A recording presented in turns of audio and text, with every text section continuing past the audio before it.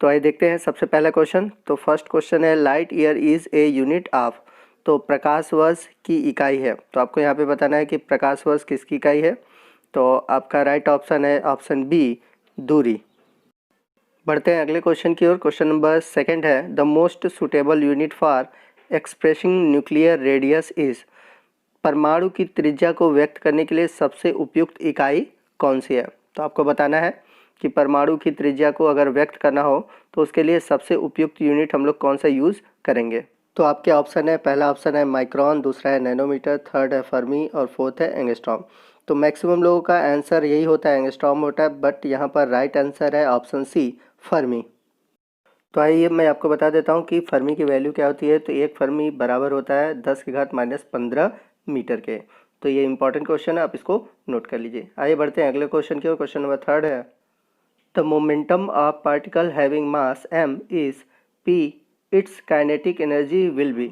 तो यहाँ पर क्वेश्चन पूछा हुआ है कि द्रव्यमान m होने वाले कण की जो गति है वो है p, तो इसकी गतिज ऊर्जा होगी। तो यहाँ पर गतिज ऊर्जा मतलब होता है काइनेटिक एनर्जी। तो हम सभी जानते हैं कि जो काइनेटिक एनर्जी के लिए इक्वेशन होता है के ई इक्वल टू होता है हाफ एम वी स्क्वायर। और मोमेंटम की बात करें अर्थात पी के बराबर क्या होता है, एम वी। तो यहाँ पर मैं आपको राइट ऑप्शन बता दे रहा हूँ, ऑप्शन है डी। अब आइए वैल्यू रखते हैं। तो पी स्क्वायर की जगह पी की वैल्यू रख देते हैं, अर्थात एम वी रखते हैं तो एम वी का स्क्वायर हो जाएगा। तो वैल्यू हो जाएगी m v square v square. अब नीचे 2m लिखा है तो 2m लिखेंगे और एक m से एक m को काट देंगे तो हमारा वैल्यू क्या आ जाएगा। तो यदि अगर हम इसको सॉल्व करेंगे तो आ जाएगा 1/2 एम वी स्क्वायर, तो जो आपके के ई के बराबर है।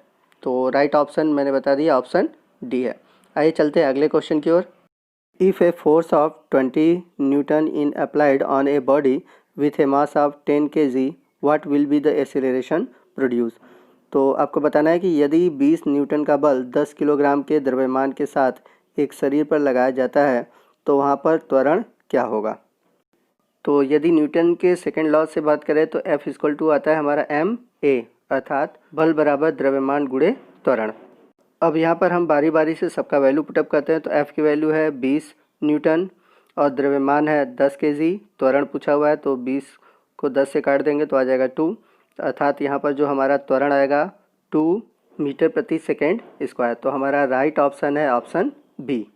बढ़ते हैं अगले क्वेश्चन की ओर। एक कार 5 सेकंड में 18 किलोमीटर प्रति घंटे से 72 किलोमीटर प्रति घंटे तक समान रूप से तेज़ी लाती है, तो कार का त्वरण क्या होगा। तो पहली चीज़ आप यहाँ पे देखिए कि जो वेग दिया हुआ है वो दिया हुआ है किलोमीटर प्रति घंटे में, लेकिन जो आंसर दिया हुआ है वो दिया हुआ है मीटर प्रति सेकेंड में। तो ये पहली चीज़ ध्यान देने वाली चीज़ है, इसको आप ध्यान दीजिएगा।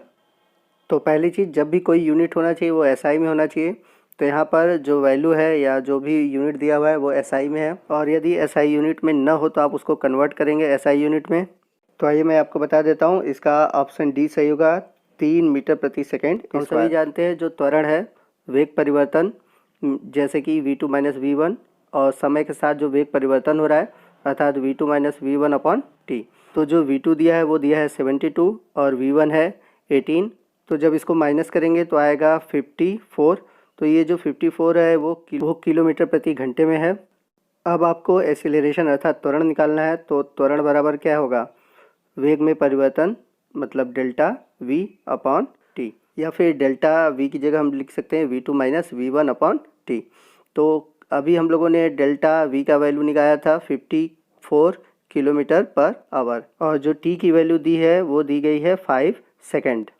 तो 54 किलोमीटर प्रति घंटे को बदलना है मीटर प्रति सेकंड में, तो हम क्या करेंगे 5/18 से गुणा कर देंगे, या फिर आप 60/1000 से गुणा करिए। ठीक है, तो मैं सिंपल करके 5/18 से गुणा कर दिया, और फिर नीचे भागे कर देंगे 5, क्योंकि सेकंड अर्थात जो समय दिया है वो 5 सेकंड में दिया हुआ है। तो इसको जब हम सॉल्व करेंगे तो सॉल्व करने के बाद हमारा ऑप्शन आएगा ऑप्शन डी, 3 मीटर प्रति सेकेंड स्क्वायर।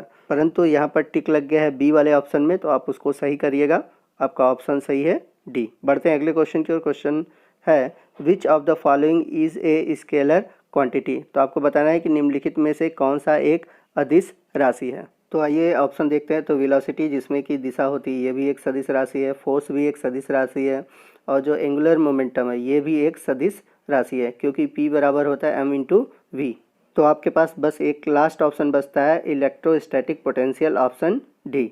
तो यही राइट ऑप्शन है और यही एक अदिश राशि है। बढ़ते हैं अगले क्वेश्चन की ओर। Which of the following is not a vector quantity. तो निम्नलिखित में से कौन एक सदिश मात्रक नहीं है। तो ये ऑप्शन देखते हैं। तो पहला ऑप्शन है स्पीड, जो कि एक सदिश राशि नहीं है। तो यही हमारा आंसर सही है। तो इसलिए जो हमारा स्पीड है वो एक स्केलर क्वांटिटी है, न कि एक वेक्टर क्वांटिटी है। तो आपको पता चल गया होगा कि राइट ऑप्शन कौन सा है। तो राइट ऑप्शन है ऑप्शन ए, स्पीड। आइए चलते हैं अगले क्वेश्चन की ओर। An object with a constant speed. तो एक वस्तु है जो कि स्थिर गति वाली है। तो यदि स्पीड सेम है तो इसका मतलब है कि वो त्वरित नहीं हो रहा है। तो इसका राइट ऑप्शन है ऑप्शन ए। बढ़ते हैं अगले क्वेश्चन की ओर। Which type of molecular motion does not contribute towards the internal energy. तो आपको बताना है कि आंतरिक ऊर्जा के लिए किस प्रकार की आणविक गति का योगदान नहीं है। तो किसी भी मॉलिक्यूल में जो पार्टिकल होते हैं वो किसी भी एंगल पर, मतलब किसी भी दिशा में मोशन कर सकते हैं। तो इसलिए यहाँ पर जो राइट ऑप्शन है ऑप्शन ए है, स्थानांतरित गति। बढ़ते हैं अगले क्वेश्चन की ओर। हवा का वेग किसके द्वारा मापा जाता है। The velocity of wind is measured by. तो आपको बताना है राइट आंसर कौन सा होगा। तो राइट ऑप्शन है ऑप्शन बी, एनीमोमीटर। तो एनीमोमीटर का यूज़ हवा का वेग मापने के लिए किया जाता है। बढ़ते हैं अगले क्वेश्चन की ओर। If a body moves with a constant speed in a circle. तो यदि कोई पिंड किसी गति में स्थिर गति से चलता है। तो यहाँ पर प्रिंटिंग मिस्टेक है, यहाँ पर गति नहीं होगा, यहाँ पर होगा वृत्त, क्योंकि यहाँ पर इंग्लिश में बोला हुआ है सर्कल, बट यहाँ पर दे दिया हुआ है गति। तो यदि कोई पिंड किसी वृत्त में स्थिर गति से चलता है तो क्वेश्चन आपका इस प्रकार होगा। तो यहाँ पर राइट ऑप्शन है ऑप्शन ए। जब कोई पिंड अगर वृत्तीय गति में चल रहा है तो उस पर कोई काम नहीं किया जा सकता। चलते हैं अगले क्वेश्चन की ओर। न्यूटन के पहले नियम को भी कहा जाता है। Newton's first law is also called as. तो आपको यहाँ पर बताना है कि न्यूटन का जो पहला नियम है उसे और किस नाम से जाना जाता है। तो राइट ऑप्शन है ऑप्शन बी, जड़ता का नियम। तो न्यूटन के पहले नियम को हम जड़ता का नियम अर्थात लॉ ऑफ इनर्शिया भी कहते हैं। अगला क्वेश्चन है, किसी पिंड का संवेग 50 किलोग्राम मीटर प्रति सेकंड है और इसका वेग 5 मीटर प्रति सेकंड है। पिंड का द्रव्यमान क्या होगा। The momentum of body is 50 kg metre per second and the velocity is 5 metre per second. What is the mass of the body. तो इसके लिए जो फार्मूला यूज़ करेंगे हम सभी जानते हैं, P बराबर होता है m इंटू वी, अर्थात संवेग बराबर होता है द्रव्यमान गुणे वेग। तो यहाँ पर आपका संवेग दिया हुआ है 50 और द्रव्यमान हमें ज्ञात करना है और v दिया हुआ है 5। तो 5 से 50 को कैंसिल कर देंगे तो बच जाएगा हमारा 10। तो हमारा राइट ऑप्शन है ऑप्शन ए, 10 kg। चलते हैं अगले क्वेश्चन की ओर। बस में खड़े यात्री को बस के अचानक घूम जाने पर बाहर की ओर फेंक दिया जाता है। किसके कारण ऐसा होता है। The passenger standing in a bus is thrown outward when the bus takes a sudden turn. This happen due to. तो राइट ऑप्शन है option B, inertia of motion, अर्थात गति की जड़ता के कारण। आइए बढ़ते हैं अगले क्वेश्चन की ओर। किसी वस्तु पर कार्य करना एक बल क्या कर सकता है। Acting on a non rigid body a force can. तो यहाँ पर कह रहा है कि कोई वस्तु है उस पर अगर कोई बल कार्य कर रहा है तो वहाँ पर क्या होगा। तो राइट ऑप्शन है ऑप्शन ए, प्रोड्यूस डायमेंशनल चेंजेस, अर्थात जब भी हम किसी वस्तु पर कार्य करते हैं तो उसकी दिशा में चेंजेस होते हैं। अगला क्वेश्चन है, संवेग के उत्पाद के रूप में मापा जाता है। Momentum is measured as the product of. तो हम सभी जानते हैं कि जो संवेग होता है अर्थात P होता है वो द्रव्यमान गुणे वेग के बराबर होता है, अर्थात P इक्वल टू होता है m इंटू वेग। तो बहुत सिंपल सा क्वेश्चन है, राइट ऑप्शन होगा ऑप्शन डी, द्रव्यमान और वेग। बढ़ते हैं अगले क्वेश्चन की ओर। बल की परिभाषा न्यूटन के किस नियम से आती है। Definition of force come from Newton.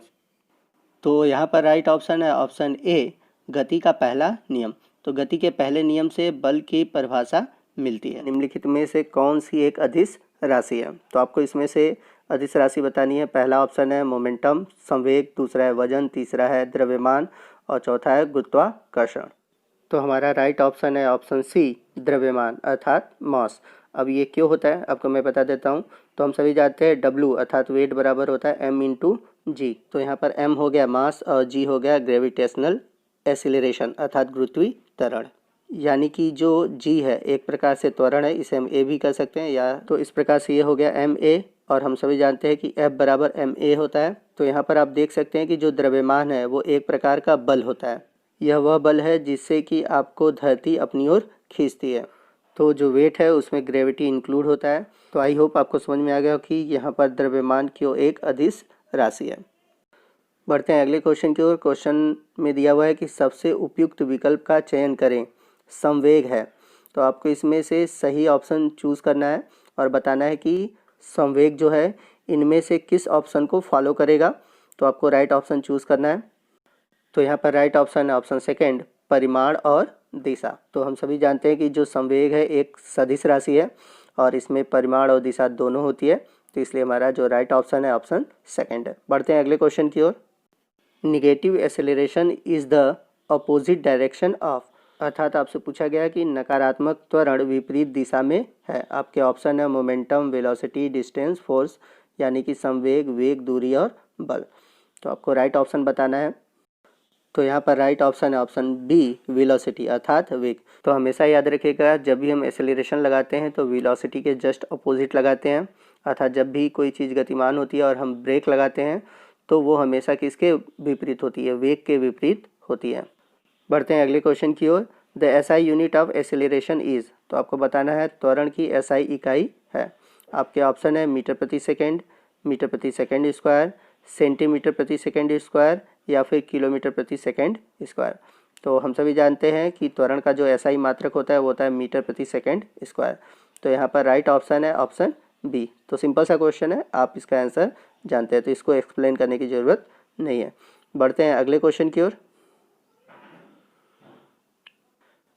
जब एक कार अचानक से शुरू होता है तो कार के भीतर बैठे लोग पीछे की ओर बढ़ते हैं। यह घटना इसका एक उदाहरण है।